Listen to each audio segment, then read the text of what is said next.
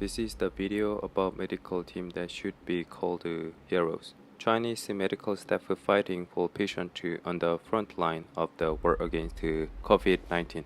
Liu Liang, a doctor who first revealed the extent of new COVID-19 and was arrested for spreading false rumor. He died just 1 week after being confirmed without proper protective equipment. China's Ministry of Propaganda also issued an official statement saying, "We will ban the media from mass propaganda and reporting on the death of Liu Liang and prevent the spread among netizens." Some doctor has left a note before death. According to one medical staff, there are more than 1,000 employees at the hospital where she works, but many of them have already been infected. She said that she was anxious because of the lack of protective clothing and masks. She even said that there was not enough food. She also said that as the number of patients continues to increase, frontline medical staff and hospital staff are suffering from mental distress. 因为我不知道哪一天就 over 掉了，要提前把衣服备好，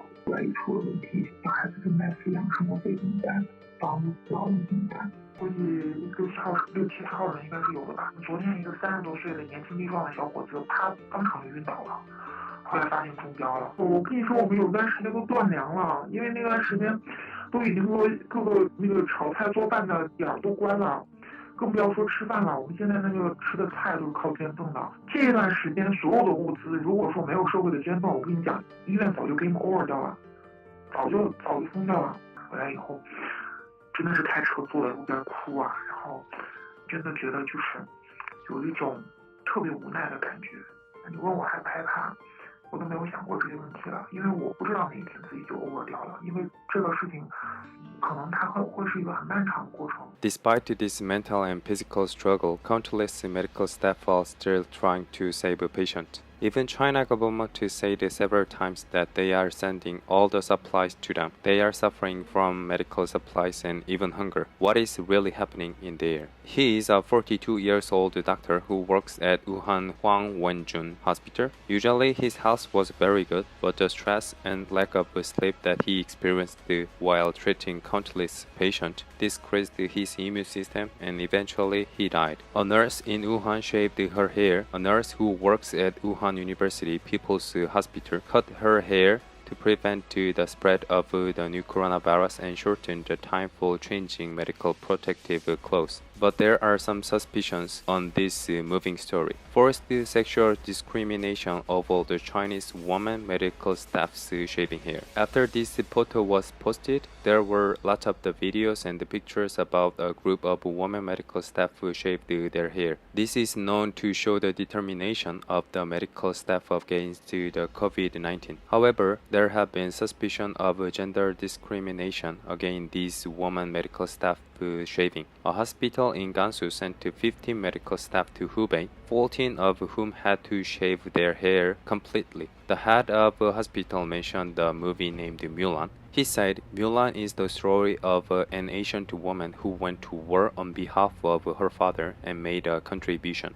Many women medical staff were crying while they shaved their long hair. The hospital claims that the women medical staff shaved their hair voluntarily. They shaved their hair because there was a risk of additional infections in treating patients, but other men's medical staff didn't shave like them. In this situation, maybe the opinions of female nurses would have been ignored, and the woman's hair and tears would have been politically used to impress the world.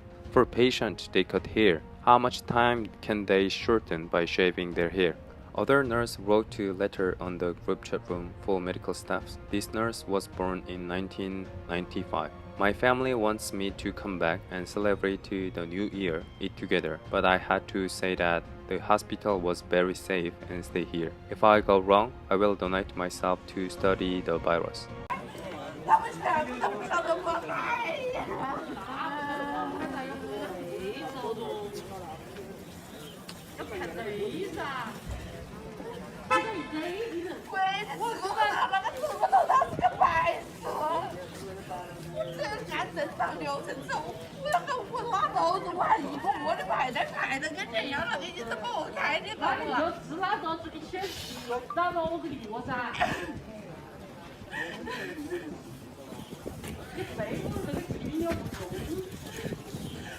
我看老天没见不中啊！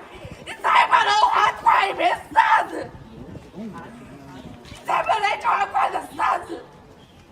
我问了天前今儿已经去了，你把我们赶了我咋么事啊？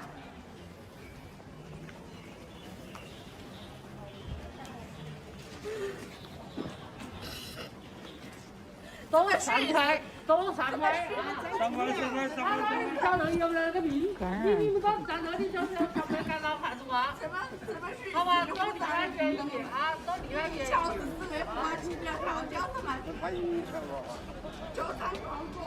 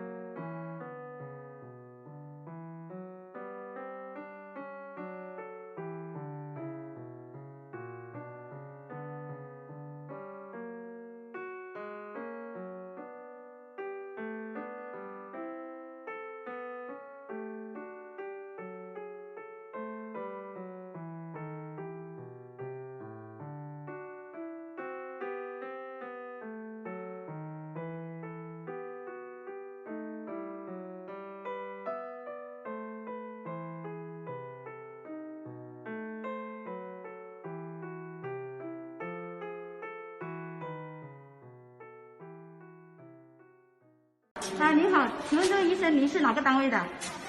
湖南中医药大学第2附属医院。您好，华医生，请问您今天呢收治了几个病人？我和我的战友在分诊台一共看了50个确诊新冠肺炎的患者，所有的病人都已经收住入院。听您讲话的语气，上气不接下气，是不是非常的辛苦啊？非常累，所有的衣服都湿透了。请问您今天是几点钟来上班的？我们是9点钟出门，早上9点出门，然后中间回去了一趟，然后下午3点钟开始上班，然后上到现在。那现在已经有6个小时了，请问你们本来是要几点钟下班的呢？本来是9点钟下班。那现在时间已经到了9点钟，那请问你们今天能够按时间下班吗？不行，第一个病历还没写完，第二个排队换这个防护服的战友前面还有20多个，轮到我换衣服的时间大概还需要2个小时到2个半小时。请问那你们是不是都还没有吃晚饭？没有吃，现在非常晚，然后特别冷。